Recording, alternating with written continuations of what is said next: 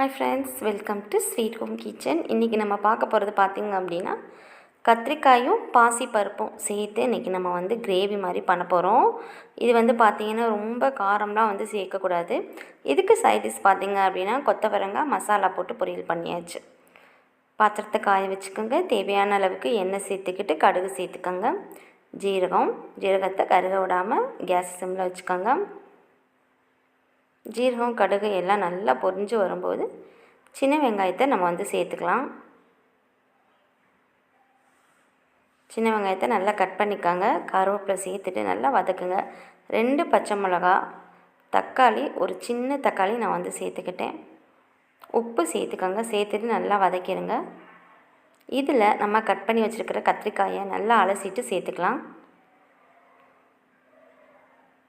இதெல்லாம் நல்லா வதக்கிடுங்க. வதக்கிட்டு ஒரு 2 நிமிஷம் இந்த மாதிரி நல்லா வதக்கிடுங்க. வதக்குனீங்க அப்படின்னா கத்திரிக்காய் சீக்கிரமாக வெந்துடும். இதில் இப்போ தேவையான அளவுக்கு நம்ம கிரேவி தான் பண்ண போகிறோம் பருப்பு போட்டு.